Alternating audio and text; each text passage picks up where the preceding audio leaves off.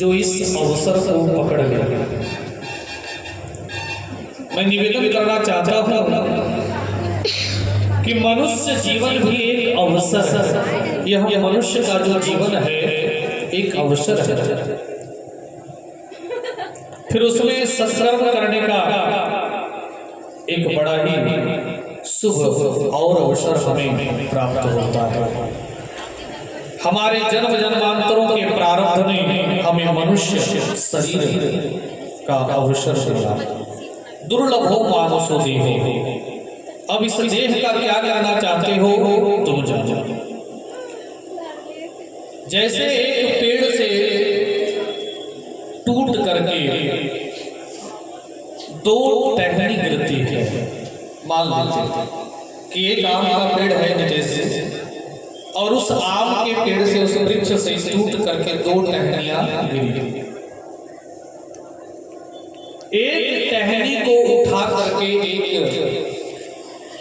संत ले गए, दूसरी टहनी को उठा करके एक गृहस्थ ले गया। जिस टहनी को उठा करके संत ले गए उसका प्रयोग उन्होंने हवन कुंड में समिधा के लिए किया। हवन कुंड की वह लकड़ी बनी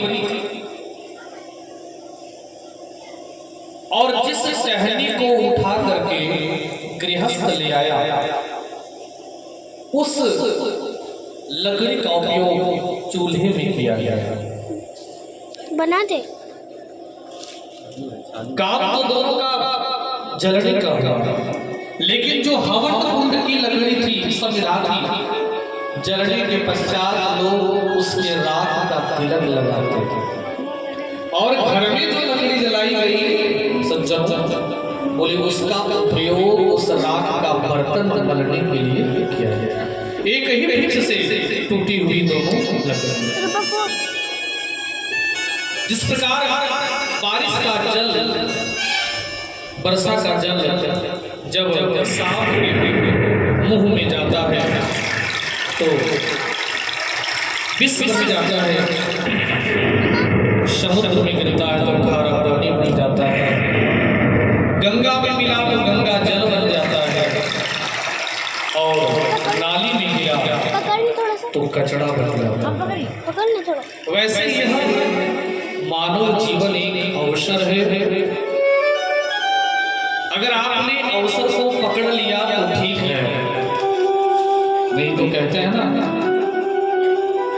opportunity knocks the door but once. अवसर जीवन में एक ही बार मिलता है, बार बार नहीं मिलता है।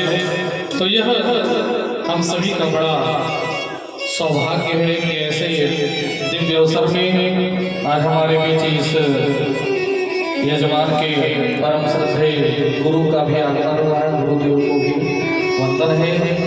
कहते हैं कि जब गुरु की कृपा होती है तो भवसागर तैर के पार नहीं करना पड़ता है, उसके लिए भवसागर सूख जाता है। और जिसके जीवन में गुरु नहीं है मानो उसका जीवन शुरू नहीं है। इसलिए जीवन में गुरु अवश्य होना चाहिए। दत्तात्रेय जी ने तो 24 गुरु बनाया। गुरु दीक्षा लेनी चाहिए, गुरु मंत्र लेना चाहिए, क्योंकि जब तक आप गुरु दीक्षा गुरुमुख नहीं होंगे तब तक जो आप सत्कर्म करेंगे, सदग्रंथ को पढ़ेंगे, उसके वास्तविक अर्थ को आप समझ नहीं पाएंगे। ऐसे ऐसे गुरु के चरणों में कोटि कोटि नमन। गुरु ब्रह्मा गुरु विष्णु गुरुदेवो महेश्वरः गुरु साक्षात् परब्रह्म तस्मै श्री गुरुवे नमः। बोलिए गुरुदेव महाराज की। कि राजा सिद्ध भीष्म को नाम विदर्भा अधिपति महान तस्य पंच भवान पुत्र कन्यका च वरानना। आज हम सभी श्री द्वारिकाधीश की मंगलमयी पाणी ग्रहण संस्कार, विवाह संस्कार की कथा सुनेंगे।